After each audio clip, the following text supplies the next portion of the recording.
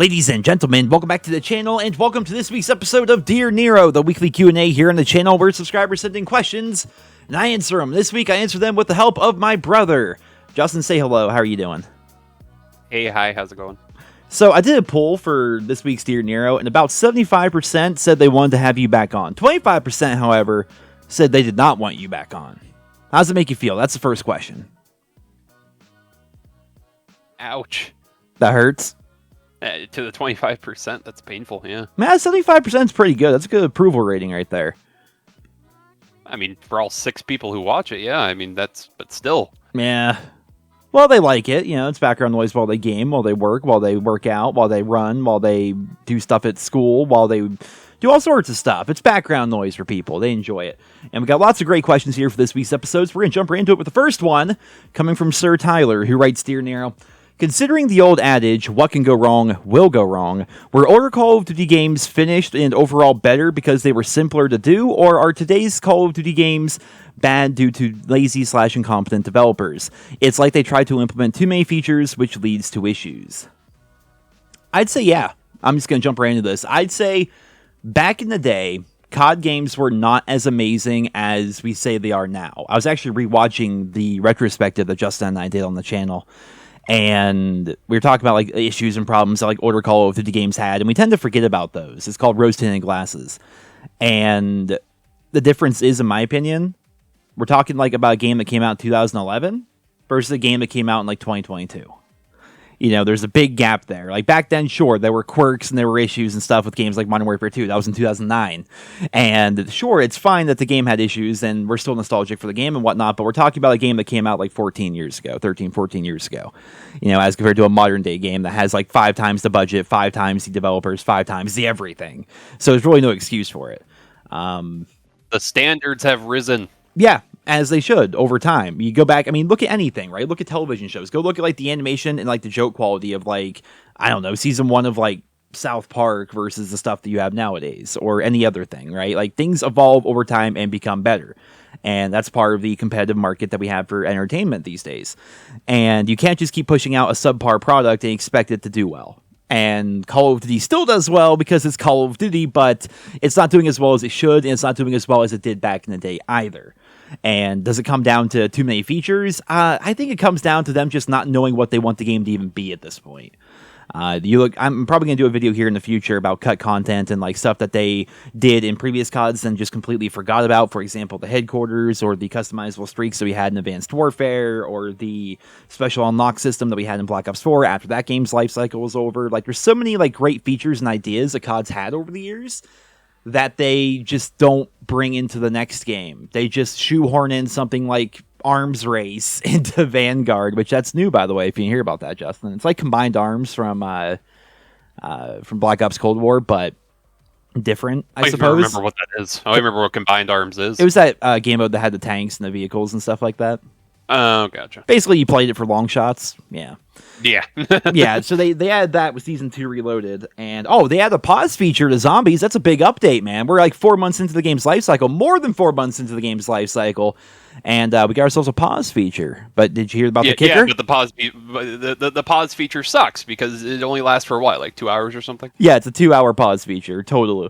I wonder, like, is the idea behind that, like, they just wanted to make it so people that are going for super high rounds can't just leave their console or their PC on for days and days and days, and instead everyone has the exact same amount of like quote-unquote downtime that they can mess around with? Like that's the only possible justifiable reason I can think of, other than they're so incompetent they can't get a fucking pause feature to work. There's no way, there's no way they didn't just do that on purpose. Like, there's no way somebody had to have sat down and purposely made the pause feature only last 2 hours. You're saying there was a meeting, there was a Zoom call about this? There's people like sitting down? There was like a whole Zoom call, and they're like, no, it can only last 2 hours. And I, for the life of me, don't understand why they would do that. Did they ever, like, release, like, a reason? Because I mean, a lot of video game companies now are pretty open about that stuff. They're like, in their patch notes, they explain why they do why they do stuff like that. No, COD doesn't do that. No, Well, they did. that'd be Well, they did put out a thread the other day about aim assist. They're like, well, turns out in season 1 we started getting a bunch of reports about aim assist randomly not working in the game, and now we're in season 2 Reloaded, like 3 months later, and they're like, we finally think we figured it out on the back end here. There's this fancy technical term because we like throwing those around to make us sound smart, and we think that we figured it out, and it should be fixed by now, maybe. That's Fixed like by now, maybe. Are they even using like a whole new engine? I don't know. At this point I have no idea. Did you hear about the new silencer?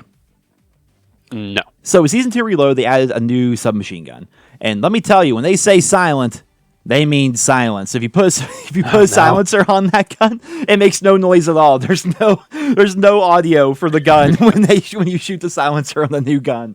Like, at this point, I'm not even surprised. It's a comedy. This is no longer a tragedy. It's no longer a drama. It's a comedy to watch how badly they can fuck up this game and still keep their jobs because of all the legal issues happening in Activision Blizzard. Like, I honestly feel as though that's the only reason why these people still have jobs. It is so bad. They are so incompetent at what they do. And I get that things at Activision Blizzard have been bad for a long time. I did a video talking about the Infinity Ward dev that was talking about like the 75, what was it? Bobby Kotick makes $75,000 an hour, something like that. Jesus. And that's about the same amount of unpaid overtime that this Infinity Ward dev had to work to push out Infinite Warfare. And then there were some other devs talking about crunch time for Black Ops 3, which led to them having to cut the campaign on last gen. It was Black Ops 3. And then this other lady was talking about Cold War and how they would have to work like 15-hour days. They wouldn't have to tell them that they had to work late until literally the last hour of the day.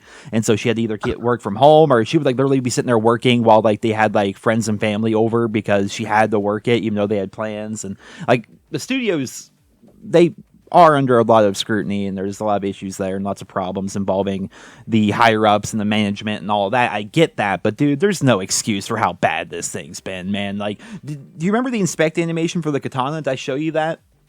It was the rubber band arms.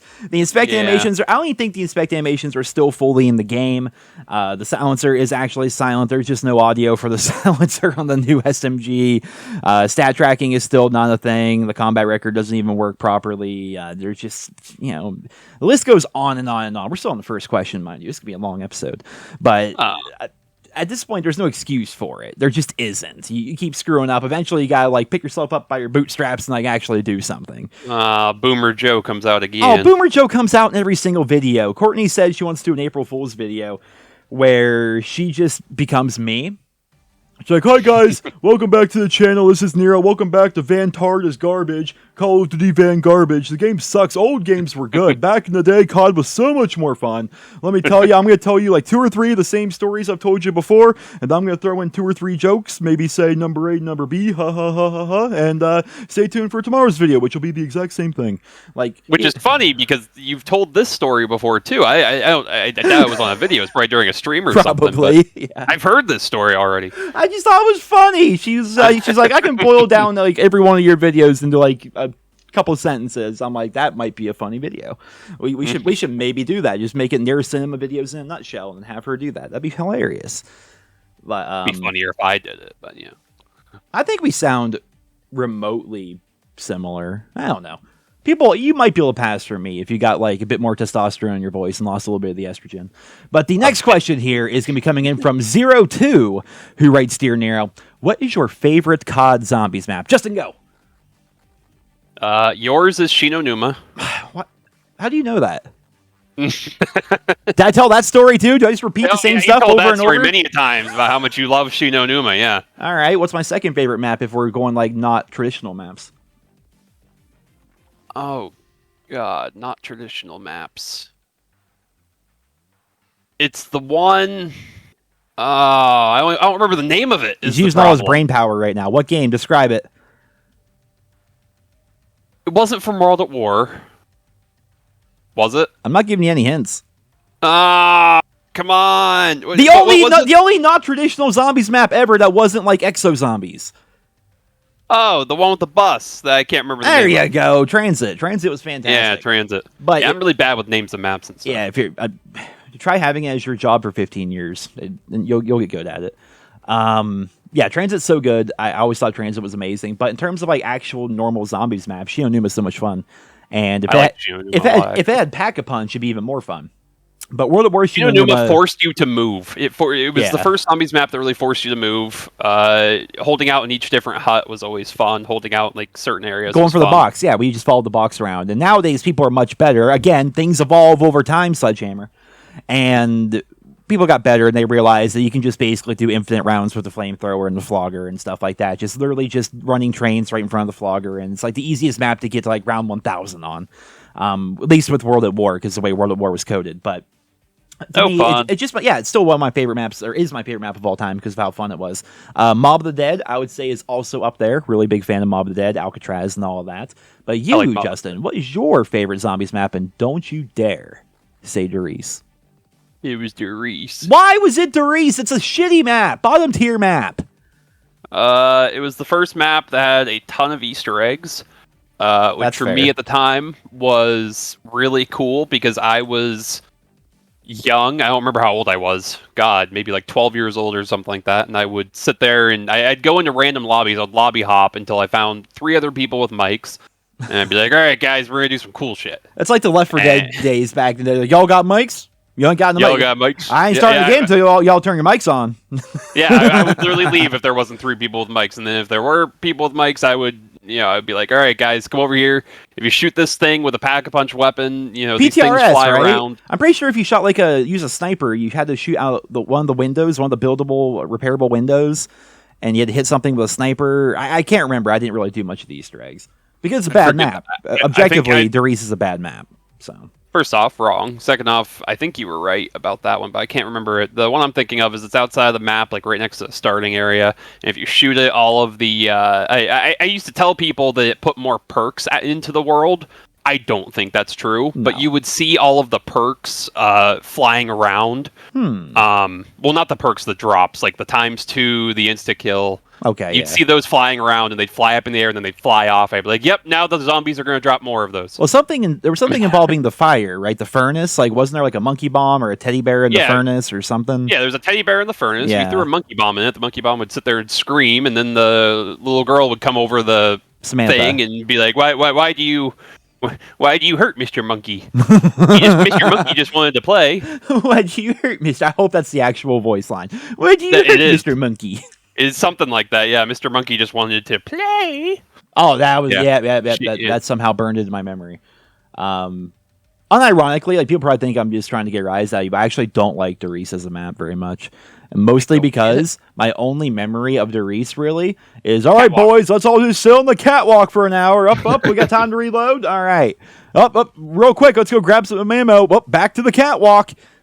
It just wasn't very... I mean, you didn't have to play that way, but that's the only way that I ever did play with my friends and stuff back in the day. I never really had that much fun with it. Because everyone kind of found out that was the best way to try and get, try and do as many rounds as possible. I mean, the map itself was pretty intricate, but that was the longest sight line that zombies could come at you, and that's what people use. And that's what it was in World at War. If you actually go back in Shinonuma and stuff like that, there was a certain hut that people went to every time. Even if the box wasn't at that hut, they would go to that hut and they would use it as a long sight line. Because that's what they're like, longest sight line, longest distance between you and the zombies. This is how we're going to get high rounds. What was fun about that was... basically, that was like around like the Walking Dead time. It was a little bit before, but back when we played zombies, that was before people were training and kiting or whatever. We would, if we had 4 of us, we'd do Shinonuma, we'd follow the box, and then we'd have 2 people in the front door, 2 people in the back watching the windows, and that was kind of fun, like holding down that building and getting whatever random perk we got in the building. It was enjoyable. I was an asshole. I like it. I was an asshole. I was an asshole on Derice because right next to the catwalk, while you're on the catwalk, to the left of it, was an open window that you could jump out of. Yeah. And I would always make sure I was in front of the line, and I'm like, oh shit. Like, I'd look down at the zombies and be like, there's no way we're going to kill this many zombies. And I would just jump out.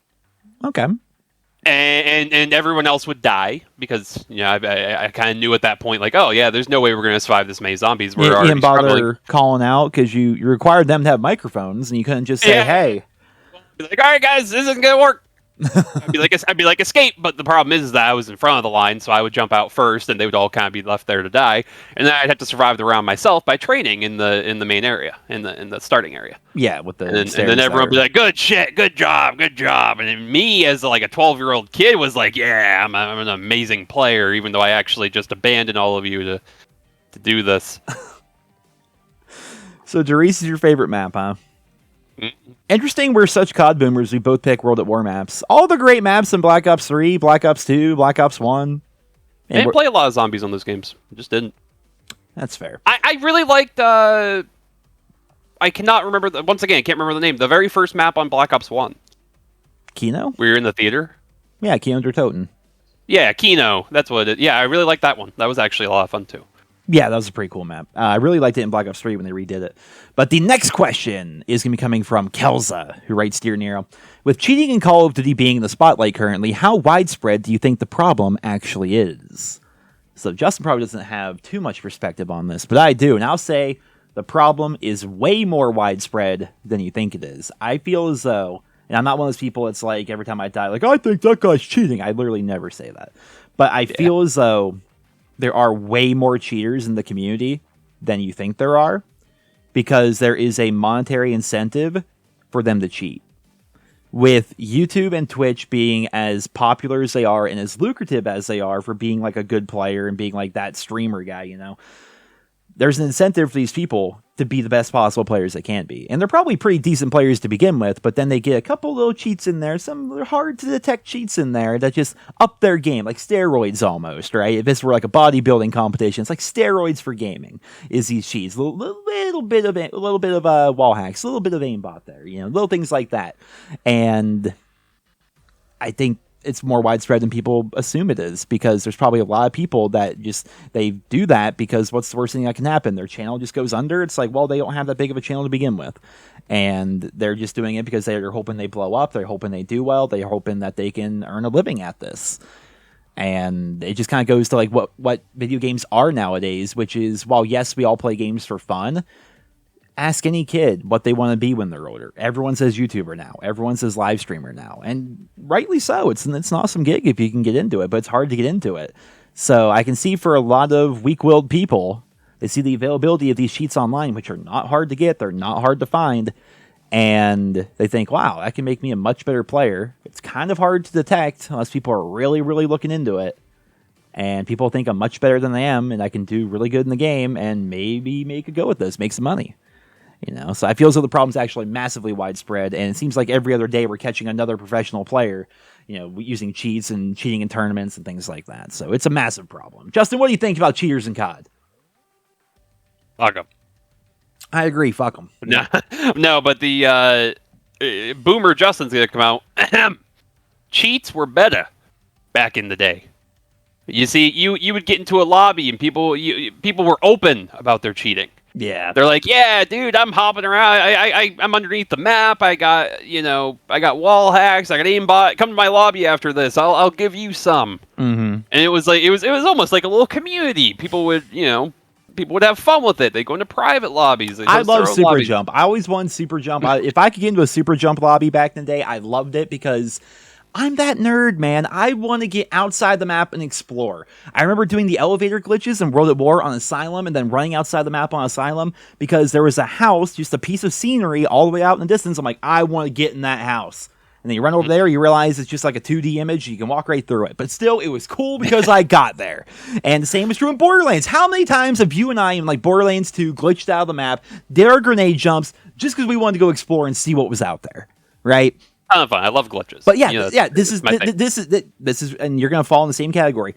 Glitch to your heart's content. You can cheat in any video game as much as you want. I do not give a shit as long as it does not hurt another player. If you're playing a single player games, I don't know why they patch glitches unless they're like game breaking. Yeah, like in Borderlands 2 way back when, they're like, yeah, the conference call is a little bit too powerful. It's like, who cares? I don't get why they nerf stuff in games like that. But as soon as you bring other people into it, that's when I have an issue. Again, going to the Borderlands example, I think I said Borderlands of the mind because Tiny Tina's comes out tomorrow night. But in Borderlands, I would remember, like, I never glitched in guns or anything like that. It was very easy to, especially if you played on PC. Like, you could glitch in any gun you want, perfect attachments, perfect stats, perfect everything. And if you wanted to do that, then sure. I would see people all the time. Like, I'd watch Joey Slaya videos about farming, like, out a certain shotgun, for example. And people are like, why don't you just use whatever tool and just mod it in? It's like, well, that's the sole purpose of the game. We like farming. Ruins the game. Yeah, we like playing the game, actually. If that person doesn't want to play the game, then it's fine. But what I always hated was occasionally we would play online in Borderlands, and then someone, like, we were trying to do a raid boss, I think it was, and there was only 3 of us, someone had to get off. And so we just, we opened up the matchmaking so somebody could join us. This guy comes in, he's got dual perfect Norfleets and, what was that, black rarity shield, like the glitch rarity shields or something like that. And I'm like, dude, just leave. Like, we don't want you in here with your like, cheater weapons. Like, as soon as you're cheating and you're hacking and glitching or whatever, as soon as it affects other people, that's when I have a problem. But if you want to go play Fallout and just make it so you can fly, I don't care. In fact, that sounds kind of fun. You know, like, so glitching can be fun. It really can be. How many hours did we spend glitching out maps in COD 4 just to see what was out there? Because it was more fun. Than you. Yeah, you did. Me more than you. That's what you did. Yeah, for a long time there. I have tons of videos. I have a really popular video actually on my second channel of the different glitch spots that we know about in Sanctuary and Borderlands 2, like how to glitch outside the map, how to get inside of the training area to practice your melee damage and stuff like that. Like, people like glitches. It's fun, but don't ruin the map glitches, especially stuff that were glitches that actually like break the game. Like, oh, I now have a broken weapon, like a really strong weapon. I don't think those are as popular because they ruin the game. Well, yeah, and if people want to, sure. If that's what you want to do, then go for it. But for me, but for me, I don't want to do that. If it's single player, who cares? If they want to beat the game, agree. Yeah. If they want to beat the game with one melee swing, then have at it. I don't care. It's not going to ruin my experience. I would never do that because I think that's just boring. That defeats the whole purpose of the game. But when it comes to like exploration and stuff, then sure, that's great. Yeah, exploration is great, but when it comes to things like breaking the game, like actually getting a broken weapon and stuff like that, you'll notice that the people who modded games, like, oh, I modded this in, I gave myself this, I used cheat engine, all that, those are the people who don't actually put a lot of time into the game. They end up playing the game for like 20 hours and then never playing the game again. Whereas people, you know, who actually went and farmed all the items and stuff like that are people who put hundreds of hours into the game and they actually, you know, get their money's worth. Yeah. But the people are like, oh yeah, I have everything broken. Everything's broken. I can't die. It's great. And then they realize very quickly that's not that fun. Yeah, it's fun for a bit being absolutely broken. Like for sure it is. And games that have those glitches, I've tried them. You know, usually, like if I know a game has glitches like that, like unlimited money or unlimited damage or whatever, I'll beat the game first, and then like as I'm done with the game, I'll try those glitches just to like be like, yeah, that's fun. It would be fun to be broken for a bit. But I don't recommend doing stuff like that at the beginning of the game or halfway through the game because you probably won't even finish the game. But getting out of the maps and stuff is different. It's fun. I keep using Borderlands as an example, but I forget the name of the mod tool. But I guarantee you, on a fresh account, yeah, that's actually the name of it. But you would know that. But I could have a maxed out character with maxed out badass points and all the best weapons with perfect attachments and perfect stats in under 10 minutes. Guaranteed. Yeah. And once you have all that, and then you're just running around, it's like, well, what do I do? What's even the point? Like, sure, I could go kill the biggest boss, and it's really fun to do, like, once or twice, and then it's like, well, now none of this loot even matters. I don't even need that. You don't need to set my skill tree properly. I just kill everything. Nothing matters now. It's the whole purpose of the game, and we're getting on a tangent here, but going back to, like, cheating in Call of Duty being the spotlight right now, a lot more people are cheating than you think they are, because there's a monetary incentive for it. And I hate to be the boomer guy that's like, oh, they're just doing it for the money. People are also doing it for their own ego, which the fact that people, like, they have egos over the fact that they can cheat, and they like, what's a pathological liars? They, like, believe in their heads they're actually as good as they think as their gameplay is, despite the fact that they're actually cheating.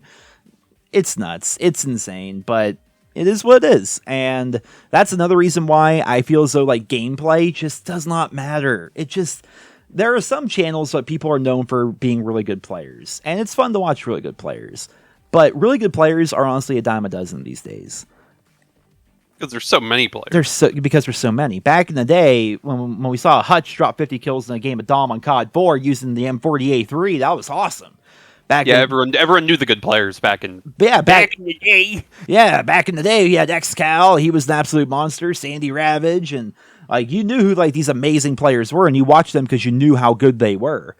But nowadays, like there are hundreds of thousands of amazing players that are posting insane gameplay all the time. It's like, well, what else you got? Good game. I think you've said it before. Good gameplay and being good at the game. Unfortunately, I mean, unless you're going to get into the competitive scene and think that you're going to like travel the world, which you would have to be really, really, really good at the game to do that. Like top 0.1% of the players, that's not enough to be a streamer. That's not enough to become a YouTuber. You have to bring personality. You have to bring other things to the table now, because it's such a small. Well, it's such a large window, and so many people are into it these days, and you're competing with every single one of them, and lots of them are good at the game, and chances are a lot of them are better than you at the game. And your gameplay is not going to be the top reason that people watch it. Yeah, you have to have a niche. You have to be entertaining, stuff like that. And even if people do watch you for your gameplay, I mean, chances are they're going to write a college thesis about why you're cheating or why your lobby had low KD players in there and how you were reverse boosting or something like that. And this goes back to a quote, and it applies to YouTube as well. The hardest part about climbing like the YouTube ladder is getting through the crowd at the bottom. And the problem with the crowd at the bottom is if you are just a really good gameplay guy with the personality of a Wendy's napkin, then you're not going to get very far. You're not even going to make it to the ladder. That's just how it goes. And right now, like the only attention people are getting is, hey, you're that guy that was cheating. And everyone makes fun of you for a bit, and then they forget you ever existed. So is cheating worth it? No, it just isn't. Eventually you'll get caught, and it ruins the game for yourself and other people. At the end of the day, that's what you're going to remember, is actually playing the game and having fun. So you might as well just do it legitimately. But next question here is coming in from Ripped Skittles, who writes, does Justin have any tattoos? If so, of what? And if not, what tattoos would he like to get? Specifically for me, it asks Justin? It's a Dear Justin, yeah. Well, that's odd. I don't even know who Ripped Skittles is. That sounds like a question from somebody like who would be in our streams and stuff like that. But on occasion. I don't recognize that name. Yes, I have 3 tattoos currently, and I want lots more. I actually have a tattoo appointment coming up here in a couple weeks, like 2 weeks. Our tattoo artist in the tiny town that we live in gets booked for months. My last tattoo was, I think, in November, and the closest date that he had to get us back in, my wife and I, was in April. Like it's April 8th is when my next tattoo appointment is. But right now, I do have 3 tattoos. I have a Borderlands tattoo on my left forearm. It's of the vault symbol, but it's in the form of like a mechanical. It's like a steampunk mechanical fashion rather than just the plain Borderlands symbol. I have I have a half sleeve of my on my forearm on my right arm. That sleeve is like a haunted house, like a horror theme. It's like a big haunted house with dead trees and like a graveyard and stuff like that. Because I've always been really into like horror stuff. Real edgy. Yeah, real edgy. That's it. It's mostly done, but I wanted to go down to my hand, which is what the next tattoo appointment is going to be for. It's going to go down to my actual hand, possibly up to my fingers. I haven't decided yet. And he's going to touch it up and whatnot. And then my final tattoo is actually for a band that I like, an old emo kid band. It's Pierce the Veil. It's a heart with a grenade. It's like a grenade heart mixture. It's kind of gory and like red and bleeding and stuff like that. And it has PTV underneath it for Pierce the Veil. And it has to do with lyrics of the song, one of their songs. And that's it for now. But yeah, I do plan on getting a lot more. If I had unlimited money and had an artist who was available more than 6 months at the time, I'd probably have a lot more by now. Yeah, they used to be as packed. I think people got all their stimmy checks, and they're just like tattoos. I don't know. Well, he also got rid of one of his other artists as well. Yeah, he used to have another artist. The other artist did all my work. Yeah. My tattoos aren't as intricate as yours. I just have a bunch of random stuff. I've got like a Lucero star. I've got a random heart that I got in Lancaster. I've got Jason Voorhees. I've got Michael Myers. We both like horror, it turns out. I have the Indian Maiden from Lucero. I don't even remember what's all my. I honestly forget I have tattoos most of the time. Yeah, you have a bunch of random ones, kind of they aren't really connected. No, not at all. They're just they're just there, and I like it that way. Actually, I like that style. If I were to get more of a stylized thing, I think I'm gonna go Americana in the future. Maybe do that on my left arm. Yeah, Americana stuff just looks really cool to me. But the next question is coming in from Ryan Platan. I think I pronounced that right. Who writes, Dear Nero and Justin, how many states have you been to, and which are the top ones you want to visit? Justin, go.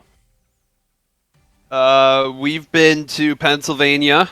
It doesn't count. It doesn't count. We live here. We've been to Ohio because we live really close to the Ohio border. So we've been to Ohio because we went to go see like the Rock and Roll Hall of Fame up there. And we've been to Florida, which I don't remember a ton of because I was really young back then. But other than that, those are the only 3 states we visited. I don't really know if there's any states specifically that I want to visit. I'd like to go see California, but most of my most of my traveling, I think I would want to do out of country. But that's ways away. I need to save up a lot more money and obviously get a visa and all the other things. So for me, I obviously been to Ohio, been to New York because pretty close to both of them.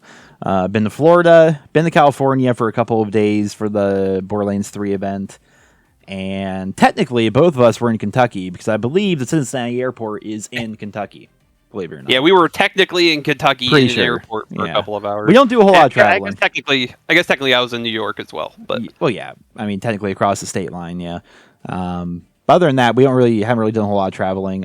States I would like to go to is mostly, I'd say, like Massachusetts. I'd like to go to Boston. They used to do PAX up there. I don't know if they still do or what's going on with COVID or anything. Going to PAX East up in Boston, I think, would be fun because I just want to head up there. I think it'd be fun and check that out. Your own booth.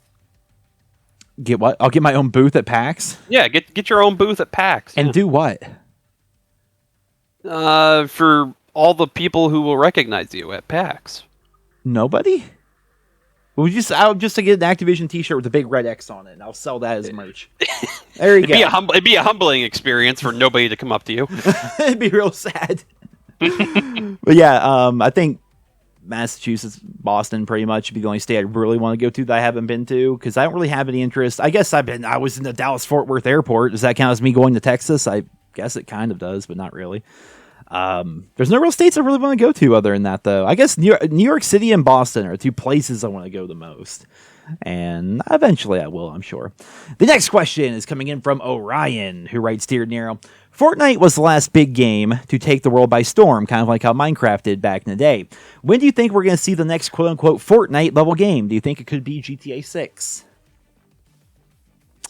I'm going to let Justin go with this one. Yep, I'll have you go with this one first.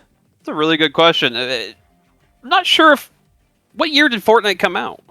Don't ask me. 2017, maybe? Before that? I don't know. Fortnite released it 2017. How the hell would you know that? July 21st. I know everything, dude. I am just an infinite wealth of video game knowledge. That's why people come to me. I thought it was out longer than that, to be honest. Save the World might have been before then. I don't know. Somehow I have 2015 in my head, but I'm probably wrong. But how about this? Let me make this question easier for you. What does the next big game, like on the level of like Fortnite when it came out, Minecraft, so on and so forth, what does the next big game need to have for it to be popular to you? To be popular to me or to popular to the world? I guess become both. The next big game. I guess both. Yeah. I feel like they're kind of beating the. I feel like they're beating Fortnite games with a stick at this point. I don't think there's a huge market for what the hell's the name of the game? Battle Royale. Battle Royale. Thank God. Oh man, I have Alzheimer's. I think. Yeah, they're kind of beating Battle Royales with a stick at this point. Every game has a Battle Royale, and I don't know if Battle Royales. I think they're here to stay, but I don't know if there's ever going to be a giant Battle Royale like Fortnite coming out anytime soon. GTA 6 definitely has a really good chance of becoming the next like huge selling game. It's gonna be big, but can you really call the sixth entry in a series, even probably technically higher than that, but can you really call like an entry in a series like that the next big game? Because GTA 5 was already massive. It's been massive. GTA 5 was huge. It's still huge. It's still huge. Do you know when that game came out?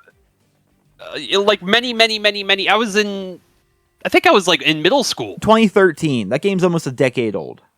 Yeah, and people still play it. It still has good graphics. And it still has a huge community behind it. And I definitely think that if GTA 6 is anywhere near the size of that, it will become the next big game. It will be huge, but I feel like it's almost disingenuous to the question itself, though, or disrespectful to the question, because Minecraft was like its own thing when it came out. And while there were other battle royales and stuff, Fortnite was like the big battle royale that came out.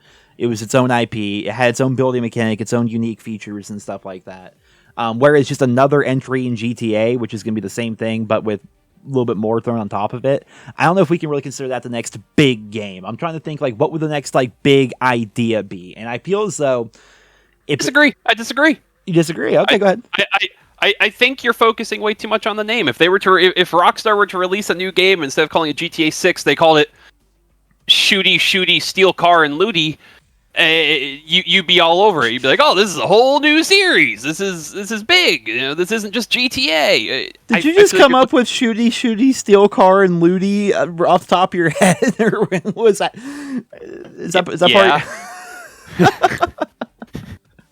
Shooty, Steal Car and Looty. That's it's the next big game. Maybe you didn't hear about it. No, not until right now, actually. But I feel like you're focusing too much on the fact that it's GTA 6. A big open world game where you get like Grand Theft Auto, where you can purchase housing and play stock markets and do custom games with people and have giant custom maps. And things like that. I feel like it's going to be the next huge game. And whether it's GTA 6, I assume it will be, because they do already have that following, and Rockstar is already a giant company with billions of dollars behind them.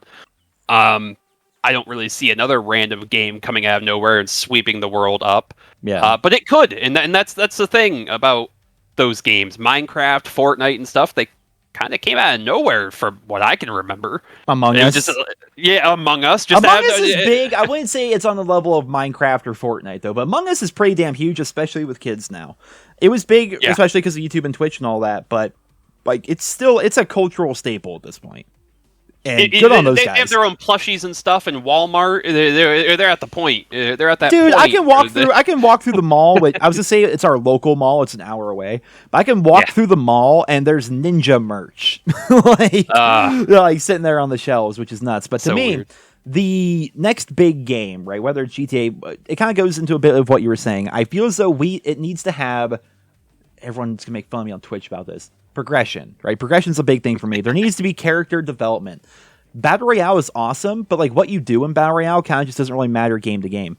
Whatever the next big game is going to be, I feel as though there's going to need to be like meaningful long-term progression where your character or you or whatever it is evolves over time. You get better, you level things up, you unlock different things, and that GTA definitely has some of that. Games like World of Warcraft have some of that. If we have a game that combines things like GTA and has a Battle Royale mode in there, and also has like the leveling and character progression of a game like WoW in there, and then has the open world, the role-playing elements is huge. That's one of the things I loved about GTA 5 when I did play it was I'd find a really cool bike and it's like, dude, I love this bike. And then I would take it to the shop, I would customize it. I now have that bike. It's in my garage. Saving up the money because back then it was actually hard to get money, and buying out the different apartments and having different areas you own around, and doing the heists. And they never did add the stock market, I don't think, which I think that was still an advertised feature. Yeah, it was like an advertised feature, and we never got it when we played it. It might be out now for all I know. It's been 10 years, but having like this ever evolving. I talked about it because I've convinced our friend Nate to start playing World of Warcraft. Having this ever evolving world that you can just take part in is really fun, especially once you get invested in it. And I've been playing WoW on the same server for almost 10 years. 2014 is when I started. And there's memories everywhere in that world, on that exact server with those exact characters. And you see people in the game that you recognize and stuff like that. Like living in this digital world is fun. And I feel like the next big game is going to incorporate some aspects of that while also doing things to appeal to the more brain dead people that just want to go shooty, steal car, and looty. You can't. That's my name. It's actually patented. So don't. Did don't you just steal patent that. it right now? Yeah, I was actually. That's I was quiet there for a minute. I was on the patent website. Oh, patent.com. All right. Yeah, patent. Yeah, patent.patent. Patent.pa. Yeah. But honestly, I think that if a new giant game is going to come out, lately it seems everybody's been really into MMOs. I don't know if that's just because that's kind of the people I surround myself with at this point. I don't think our friend group or anything like that are huge in MMOs. But the last two big games that I've noticed with like a huge following or a huge amount of people who are looking forward to them were Lost Ark and New World. Both of which New World completely Amazon flopped. MMOs. I guess Elden New Ring World flopped. Elden Ring's taking the world by storm for sure.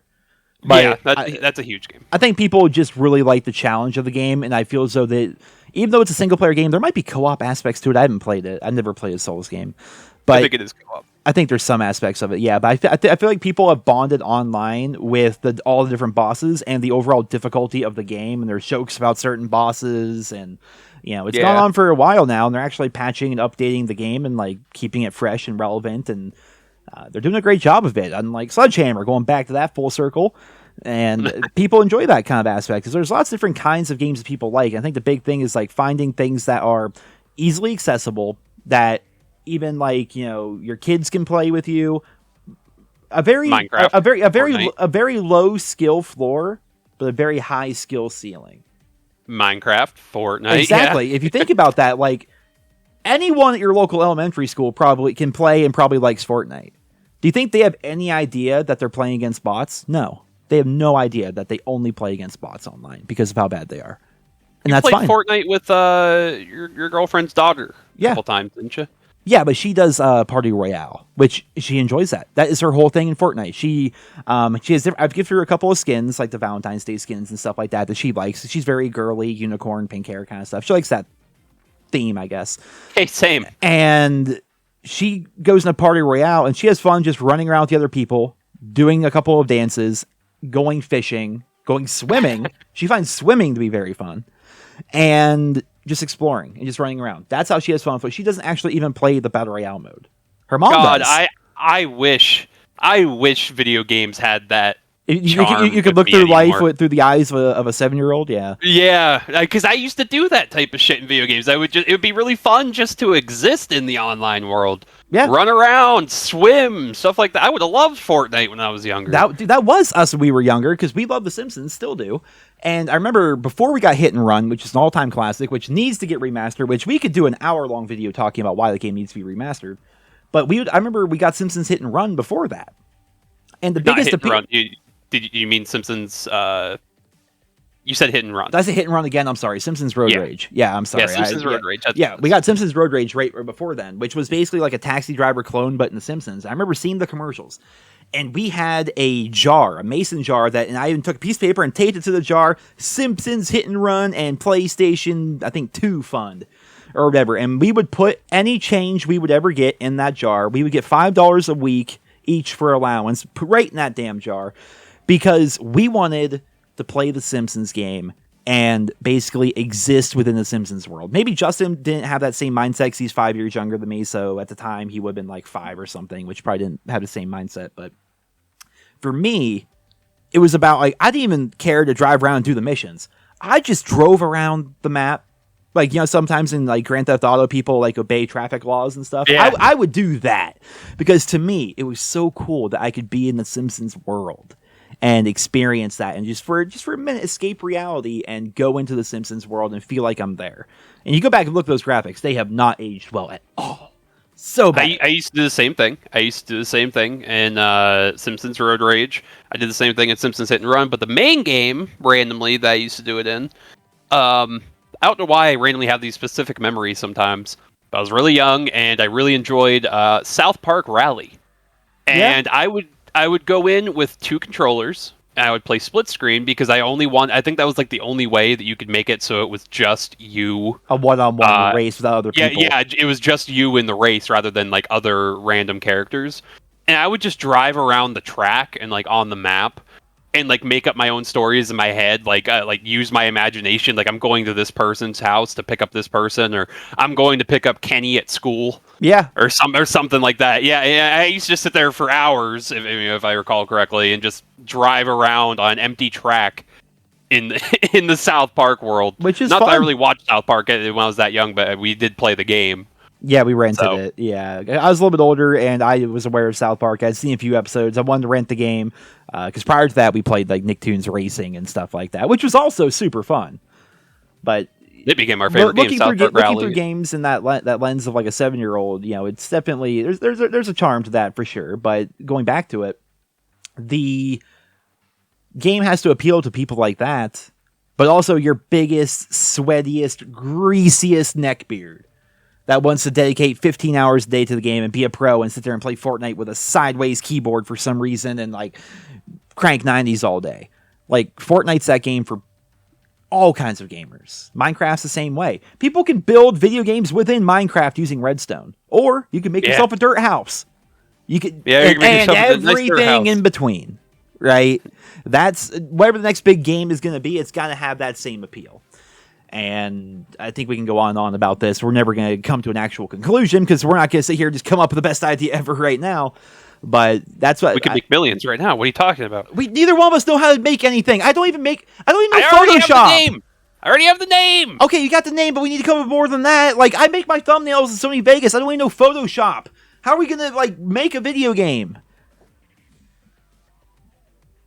But I thought of the name. Takes more than just a name, Justin. I can come up with plenty of titles for YouTube videos. Maybe you don't remember the name. Maybe you don't remember the name. Shooty, steal a car and looty. Or drive and looty. I kind of forget it already. Yeah, I forgot it down. It's a terrible name. Yeah, I thought you patented it. Yeah, but I forgot the patent. I lost the patent. I went to the post office and they didn't have it. Next question is coming from Tamo, who hates Dear Nero, and Justin. Since 2022 started strong with games, which are you playing and which are you looking forward to releasing? Go! What games did it start strong with? Elden Ring and Lost Ark? Were there others? There may be counting games like Halo, even though people have kind of fallen out of favor with that game. Yeah, Halo. But what games are... It's not even talking about just current games, so what games are you playing right now and what games are you looking forward to? Currently playing Lost Ark. I've put 300 hours into Lost Ark. I enjoy it a lot. Joe doesn't enjoy it as much. Not very great game, great MMO. Other than that, WWE came out. Kind of completely forgot about that already. It's actually a really good WWE game as far as WWE games go. But that's what it is. It's a WWE game. There's not that much you can do. It's. I mean, there is a lot you can do, but at the end of the day, it's a wrestling game. It's a wrestling game. There is no open world, yeah. Or anything like that. So I don't think that's going to keep my attention for hundreds of hours. Looking forward to Tiny Tina's. For sure. I think we'll be playing that. But yeah, honestly, most of my life has been devoted to Lost Ark lately. I have not played much else in 2022. Actually, I have even played the new Pokemon game yet, Legends of Arceus. I hear it's really good. I own it. I have it. I just have not played it yet. I plan to, just haven't gotten to it. I got no real interest in that game. I don't know. Pokemon games have lost their charm to me because they're always so easy. No. You just aren't in the mood. One day, out of nowhere, you're gonna see something referencing Pokemon. You're like, "Holy shit! I need to go play a Pokemon game." Because that's how Pokemon. That's how it is. You stop caring about Pokemon for like a year or two at a time, and out of nowhere, you just go back to it.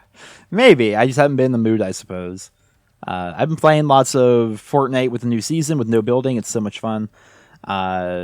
And then the staples, been playing games like World of Warcraft and Hearthstone, and that might actually be it. Lost Ark, been playing with you and Tate, obviously, but that might actually be it. It might just be those 4 games that I've been playing lately. In terms of games I'm looking forward to, I'd say Tiny Tina's Wonderlands. That's pretty much it. I would say Modern Warfare Room numeral 2, but we all know how that game's going to play out. Yeah. Come on. What do you mean? Oh, you know exactly what I mean. The next question. Go ahead. I just Googled 2022 games just because I'm not even sure of what all games are coming out. Okay. Starfield is supposed to come out in 2022? I know nothing about it besides it's by Bethesda. It's supposed to be like it's supposed to be huge. It's supposed to come out November 11th. But so is that other game that Oblivion made. What was that one? Fallout New Vegas in space is what they said. Oh shit! What is the name of that game? Outer Worlds. Outer Worlds. Yeah. Well, no. I don't think that had anywhere near the hype. Bethesda is like, this is going to be our magnum opus of games. Like, this is going to be its own series. Like, it's going to be Fallout and Skyrim, but in a whole new area.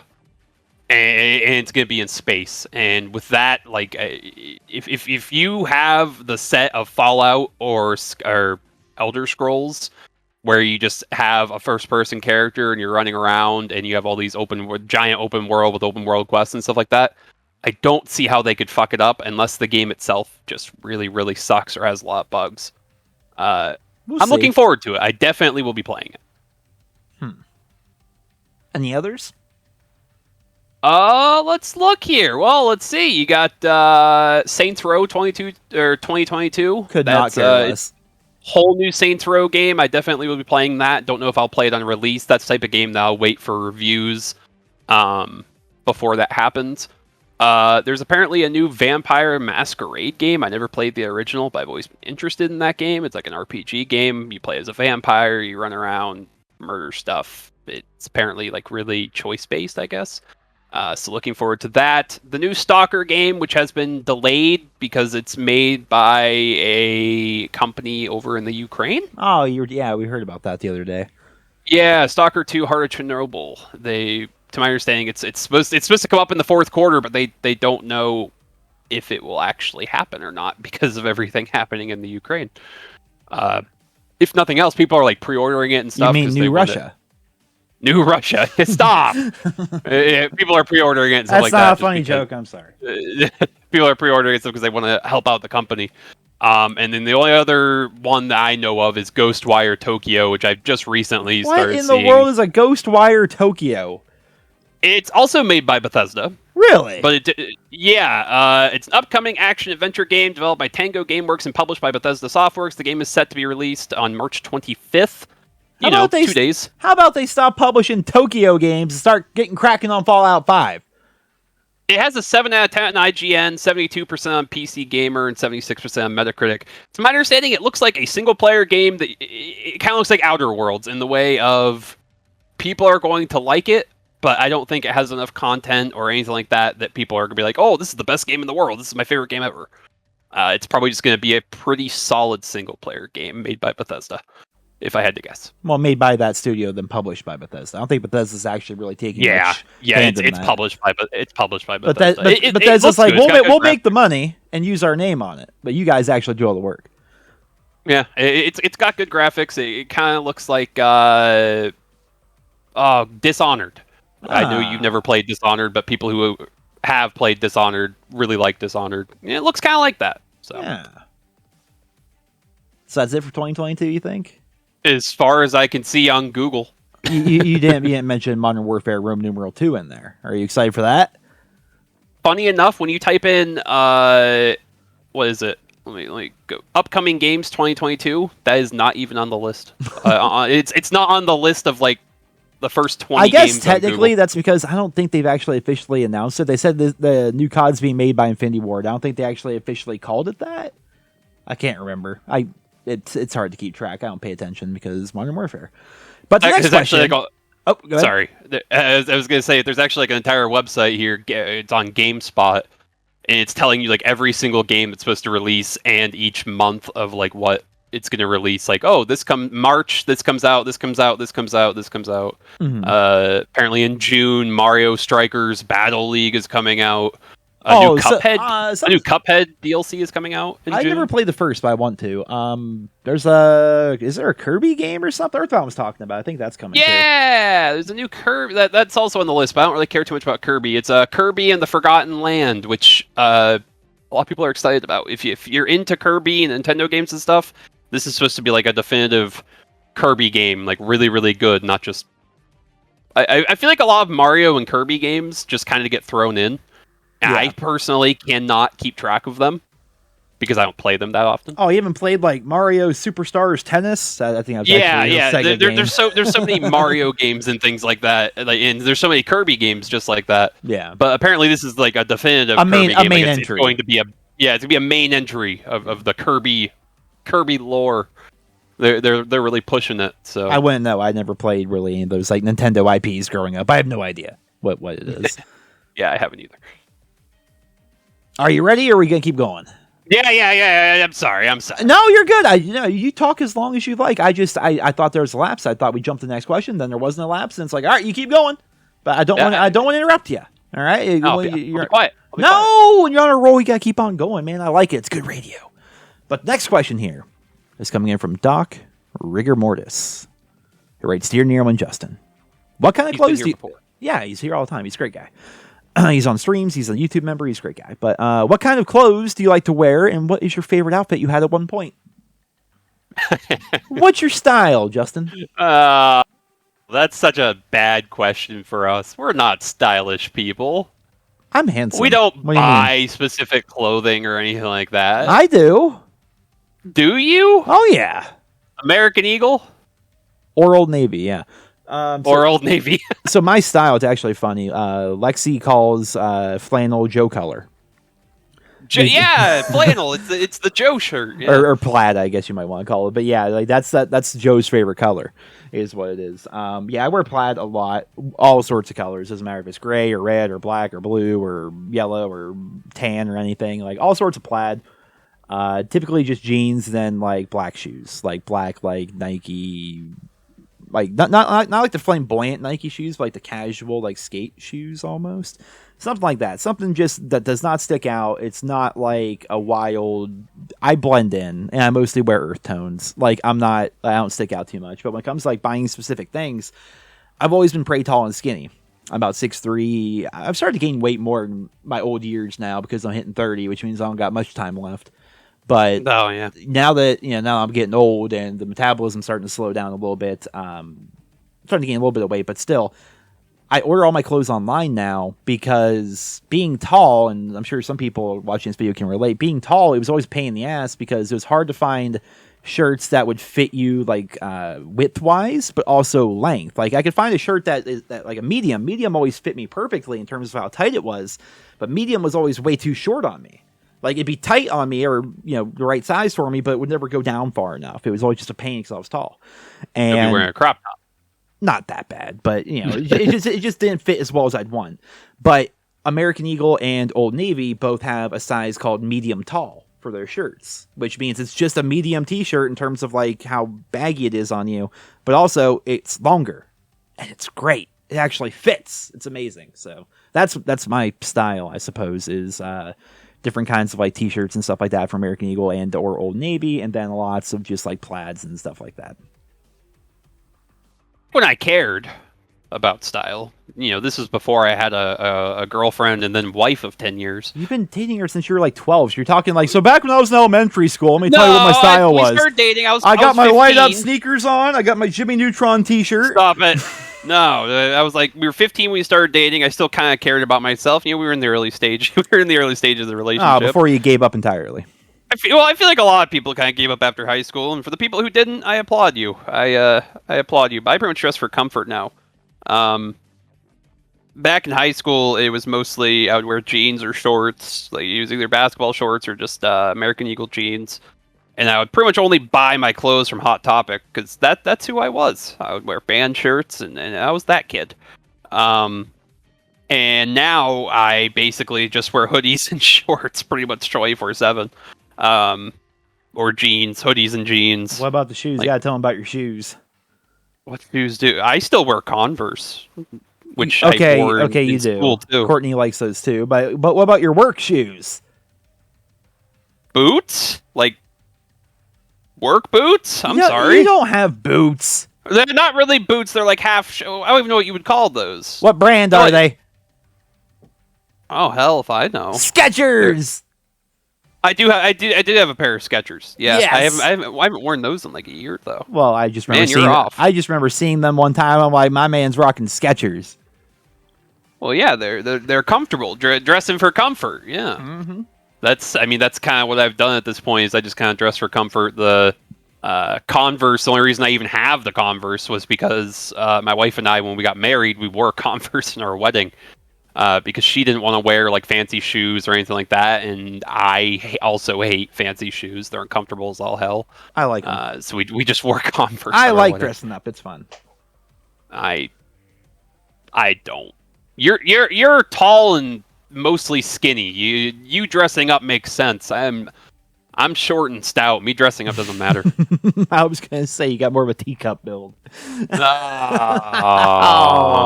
there goes the confidence. What little I had left. You're doing great. The next question, I think, is only for me. I don't see how you can contribute here unless you can find a way. I'm sure you can find a way. It's coming from Dylan, who writes, "Dear Nero, what was your reaction when your brother was born?" I remember very... How the hell am I supposed to answer that? You're going to figure out a way to interject somehow. You always have a way to throw your opinion at people.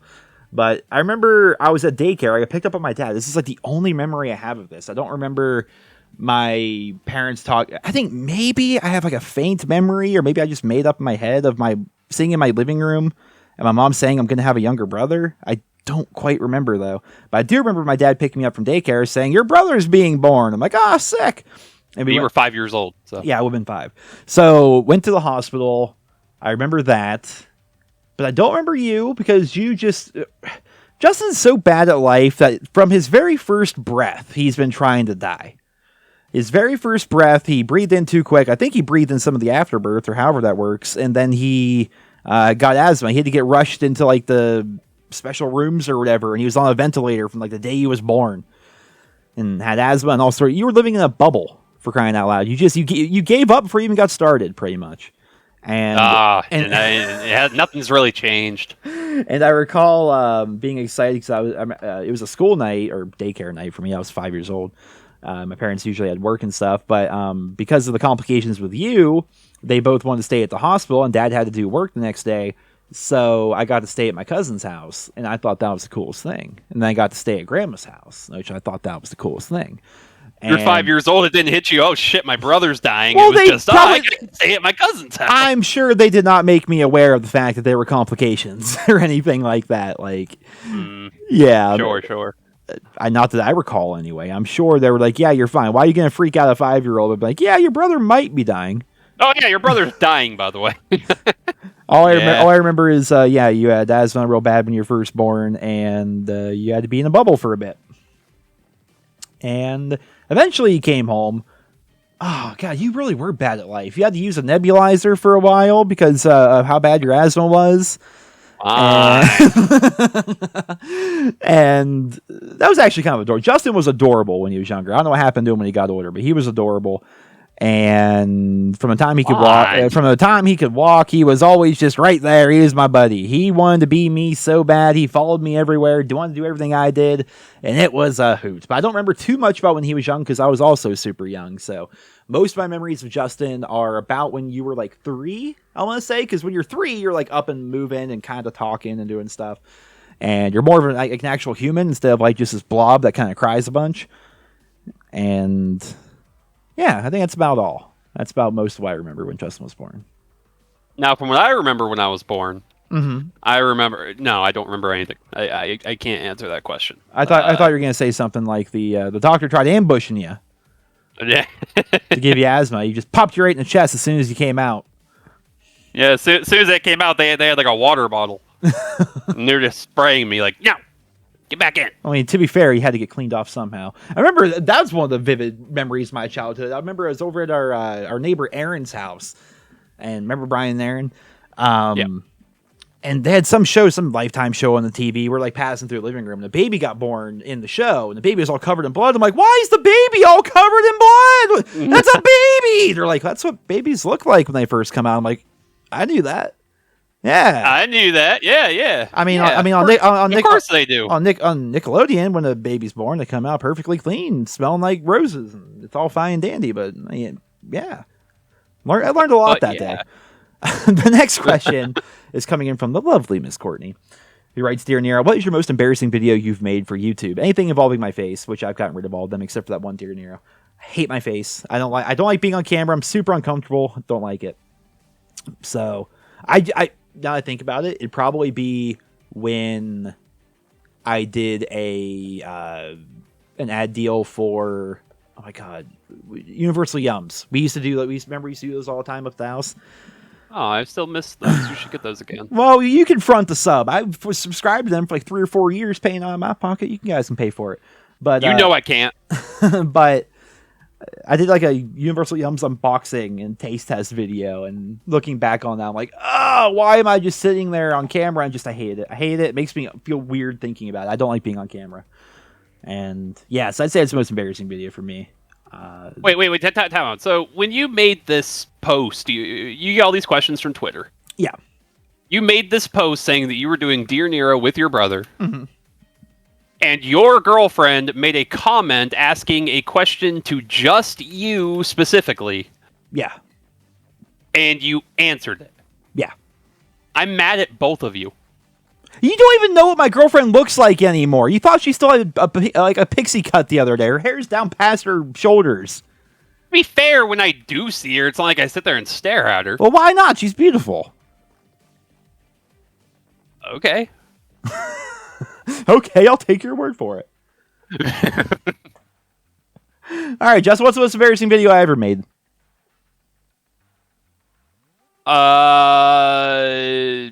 Way back in the day when you had me in the video and you walked into my room. Oh, God! You were doing like a house tour. It was a setup video, and you were in it when you had long hair. Yeah, I remember that. I forgot about that. Yeah, that's gone too. I was like 13 or something. I don't remember. It was many years ago. I was real young. I'm pretty sure I recorded that on a BlackBerry Storm.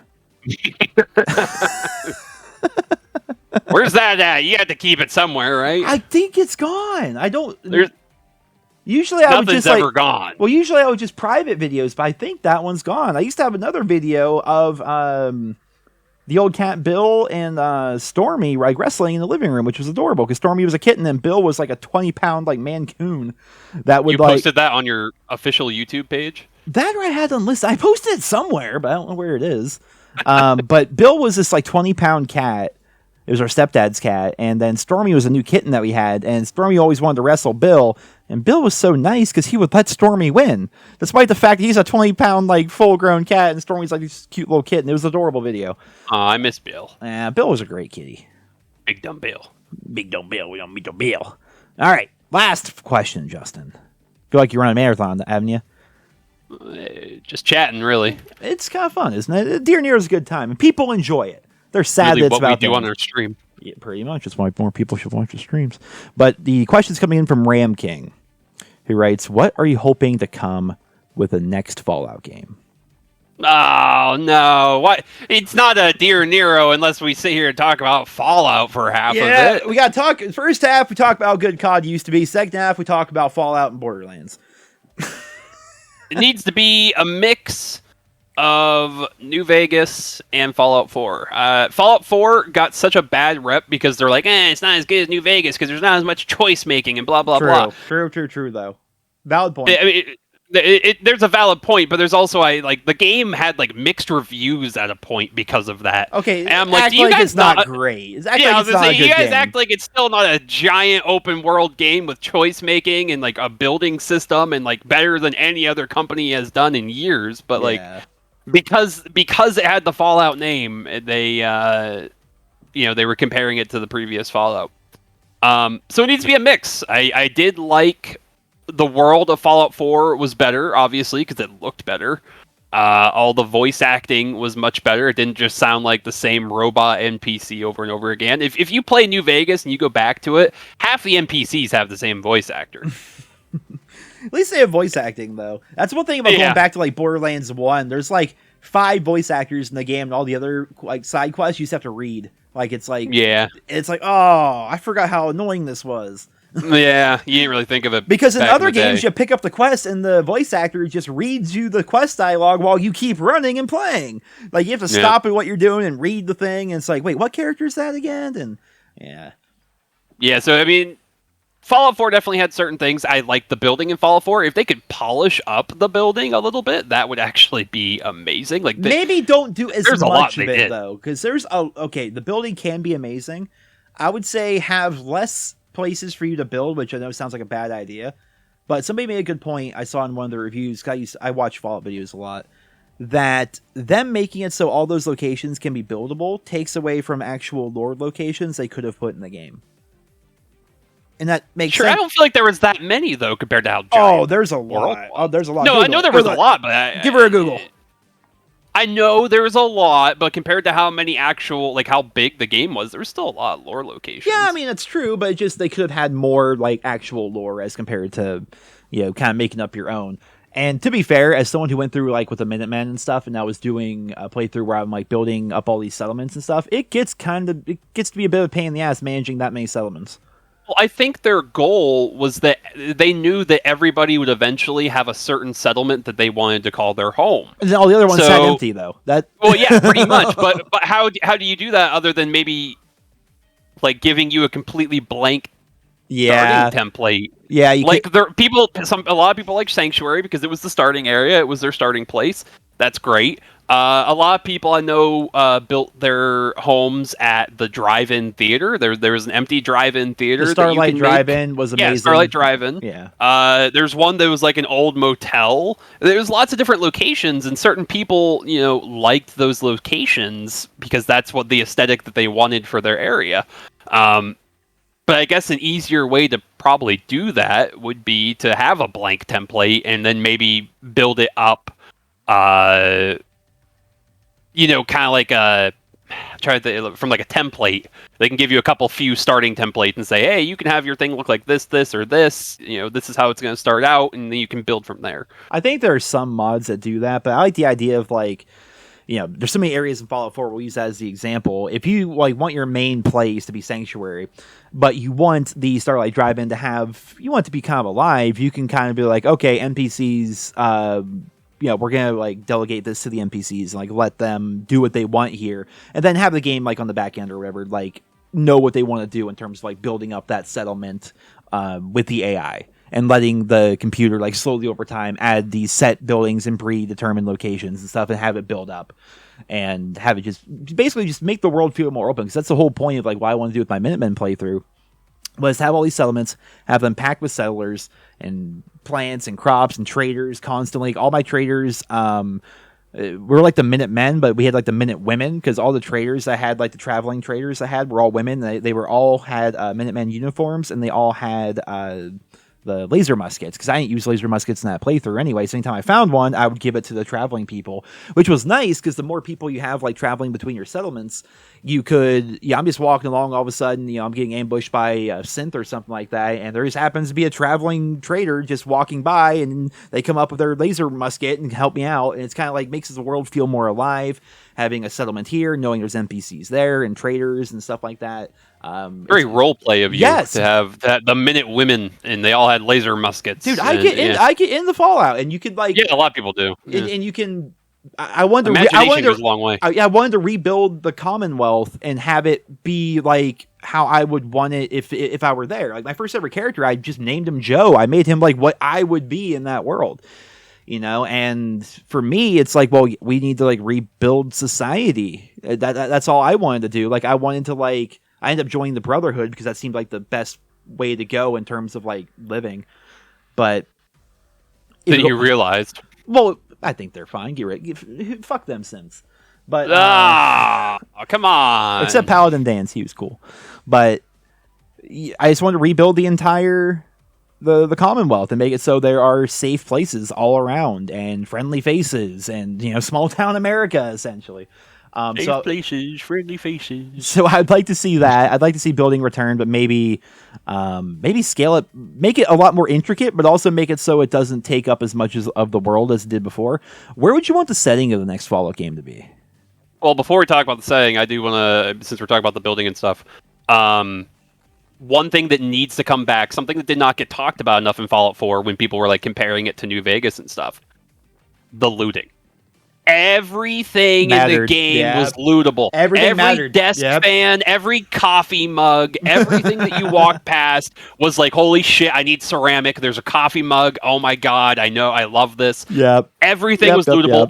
Every area that I went into, I explored the hell out of because I was looking for coffee mugs. I was looking for typewriters. I really looked at the detail. And whereas in other games, you would just walk past that stuff. You don't care. Fallout New Vegas, I would just walk past that stuff because none of it mattered. As someone who started off there's no reason to loot cigarettes in Fallout New Vegas unless maybe you want to make some extra cash or something. Yeah, I would loot cigarettes in New Vegas just because you could sell it for caps. Yeah, that was it. It was like one of the few things that was worth like decent-ish money. At least it seemed that way. Compared to how much like inventory space that you not to cut you off, but like Fallout 4 was my first Fallout really that I got super into. Then went back to the other games like Fallout 3 and New Vegas. And when I'm playing through Fallout 3 and New Vegas, I'm like, everything here's pointless unless it's ammo. Yeah, like you can pick up a lot of it, like typewriters and shit like that. But like all it does is fill up your inventory space, and it's not worth. And it sells like nothing. You're over encumbering yourself to make like 10 caps. It's like there's no point. Yeah. Whereas in Fallout 4, you're like, is that a fucking desk fan I see over there? Is that a desk fan that has circuitry? Oh, I need circuitry. A military grade circuit board sitting there. Yeah, looting in Fallout. I don't care what anyone says. There is not a better looting game. Dude, name one other game you're so excited if you find like actual light bulbs. You don't have you don't need copper. You don't need to craft them. It's an actual just full on light bulb. You don't have to craft it. It's a light bulb. There you go. You put it in your inventory. You have a light bulb. You don't have to craft it. It's like there's a light bulb. There's a whole bunch of light bulbs. Let's go. You get so excited for stupid shit, and like not just for crafting and looting. But like I mentioned already, it makes it so you are exploring every little bit of the world. And they like to put little secrets and stuff like that hidden around the world. And I definitely would not have found half of the secrets that I found. Like sometimes they'll take a teddy bear and put it with a cigar or something like that. Something or an funny. Army helmet with a cigar. Yeah, or an army helmet. I know exactly what you're talking about. Yeah, I would not have found that stuff if I was not exploring so in depth every little nook and cranny of this building because I wanted to find all of the loot. Yep. I needed to find all of the mugs. I needed to find all the typewriters. I needed to find all the desk fans. No other game has that I know of anyway. That's not a thing. Just going through and exploring like that. That definitely needs to come back. If that's not a part of the game, automatically, I cannot consider it better than Fallout 4. I'll still play it, but it won't be as good as Fallout 4. I'll still play it, but I will be upset about it. Yeah, I'll sit there with an angry face the entire time. Yeah. What about setting? I love that. I love the idea that it could be anywhere. Yeah, that's true. They've all been in America. Yeah. And the question is, do they do another state? Or a lot of people are like, oh, do Fallout Tokyo. Oh, God, you weebs, can you just let us keep one franchise without weebifying it? Let us keep one okay, just because it's in Tokyo doesn't mean you're a weeb. Come on. Fallout, ooh! You play as a Japanese cat girl set to save the emperor. Just because it's set in Tokyo doesn't mean... Ooh, top ramen? I would not mind seeing other countries, Britain or something like that. Apparently, all of Europe broke down to warring city-states over the last oil that was available. So it's a thing, but it's a little bit different than our real life timeline. I'm trying to think of places in the U.S. My first thing was New York City would be kind of cool, but I'm that'd be very similar to Boston. Kind of similar to West Virginia for Fallout 76. It's very same area almost, geography wise. Well, every that's the thing is every area, whether it be state by state or country by country, every area has its super huge landmarks that they could do so much with. With Boston, obviously they made the main hub, Fenway Park for the Boston Red Fenway Sox. Park. Yeah. There's so many things they could do. If you're in New York, obviously you could do Times Square. Yeah, I'd want like New York City itself, and then but the problem is like how do you do Times Square and then also do like have some country stuff? You want the entire thing to be a city. You want there to be some variety there, which Fallout 4 did a good job of. Vegas was a cool idea, but unless they're remastering New Vegas or somehow going back to it, I don't see them doing that.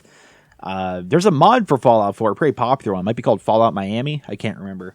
But one in Florida may not be terrible. Like exploring more. Well, Boston did it as well, but exploring more of the ocean side, more beach areas, maybe something like that. We don't need sailing in Fallout. What about Far Harbor? That's as close to sailing as you need. You weren't actually on boat. Hear me out. Fallout, but with like Sea of Thieves. No, that'd be dumb. They would take away so much from the main game just to implement that. The sea shanties? It'd be fun.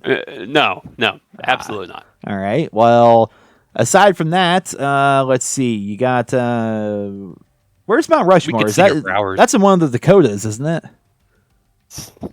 Probably. We're gonna call it Dakota. It's over there in Dakota somewhere. Texas? Maybe? What are you gonna do in Texas? Everything's bigger down there, I hear. Stop it. So maybe they make the map larger. I don't know, but I think New York City would be pretty cool. Maybe Florida. I have no idea. Somewhere where the big landmark. San Francisco. What landmark? Oh, the Golden Gate Bridge. I'm dumb. I'm like, what is in San Francisco besides like the 49ers? Yeah, no. So somewhere with something big like Fenway Park. I'm trying to think. Yankee Stadium. It'd be too similar. Fallout 3 was in Washington D.C., and I almost wish that they didn't do that for Fallout already. Because there's so much they could do. It wasn't even that good of a game. So can we just pretend that didn't exist and then like do Washington D.C. but with like an actual game? A lot of people like Fallout 3, but you cannot deny the fact that half of Fallout 3 was you just traveling through subway stations to get to the next area because they couldn't actually make it completely open world. Because I mean that just they were limited by the hardware. They were limited back then. Yeah, and most of it was just gray rubble with a green haze over everything, like Modern Warfare 3. But it had a charm to it, and for the time, it was an amazing game. But it is dated. It's very dated. It's very dated. You know what's even more dated? I can't even figure out how to play like Fallout 1 and 2. Like I don't actually know what the controls are. I don't know how to move. Yeah, I had to Google it, and then other people have the same problem. If you Google like Fallout 1 controls on PC, like there's an entire like there's paragraphs upon paragraphs of how the controls work. Yeah, I don't know how people play the game. I'm like, I already don't like the top-down like aspect of it, the ARPG aspects. I'm like, ugh. Yeah, it's weird. I don't like it. But ladies and gentlemen, that is going to be this week's episode of Dear Nero and Justin. I don't know how long the episode is going to be, but I'm betting it's about an hour, maybe longer. Probably more than that. Yeah, it's going to get 6 views. It's going to be fantastic. We're going to retire early. It's going to be great. But thank you so much, Justin, for coming on. Maybe we'll have you next week. Maybe we won't. I guess we'll see. People in Discord say I should have Nate on for an episode, and I think that sounds terrible. But maybe sounds absolutely awful. What? No, nobody said that. I think Nom said it. Maybe wrong. Yeah. So maybe we'll explore, get some other guests maybe on. But I like having Justin here because we can sit here and just chat, and you guys like listening. And there you go. It's a win-win. All ships rise in this scenario. So hope you guys all enjoyed. Thank you so much for listening. And I hope you guys all... Justin, say a thing. Have a wonderful day.